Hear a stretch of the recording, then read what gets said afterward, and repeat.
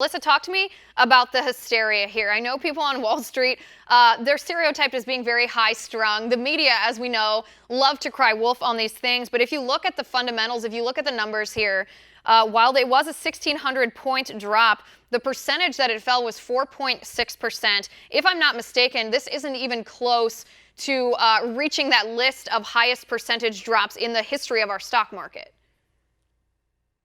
Right. And you were talking about panic. So let's talk about panic for a little bit. Panic, I'll tell you when to panic. Panic when you're down. People are up.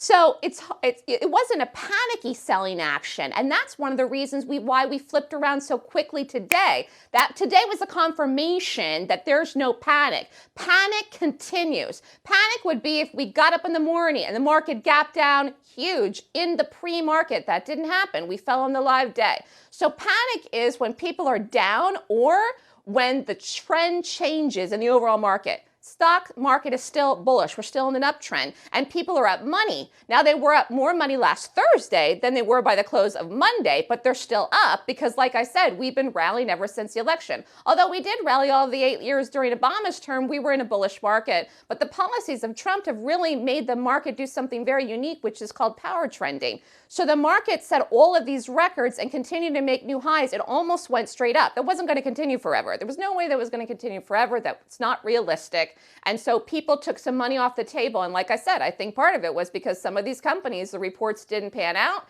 And so there were some profits taken off the table. But look for more records to be set, I think, if the market flips around again. And it is because of Trump's policies. I think that they're going to work for the economy.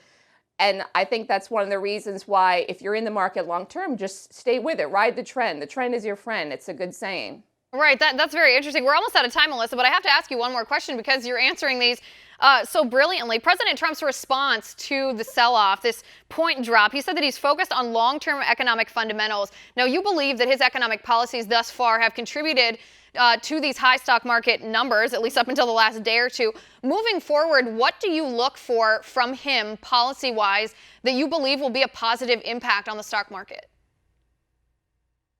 Well, going forward, he's going to try to bring more jobs back to the U.S. So you're going to have companies that are going to be coming to the U.S. and wanting to do business here. And I think that's very positive for employment rates in the U.S. And another thing is there's companies that are bringing money back to the U.S. that they have outside of the U.S. Apple's a good example. That company has funds outside of the U.S. and he's doing that one-time repatriation tax to bring money back to the United States.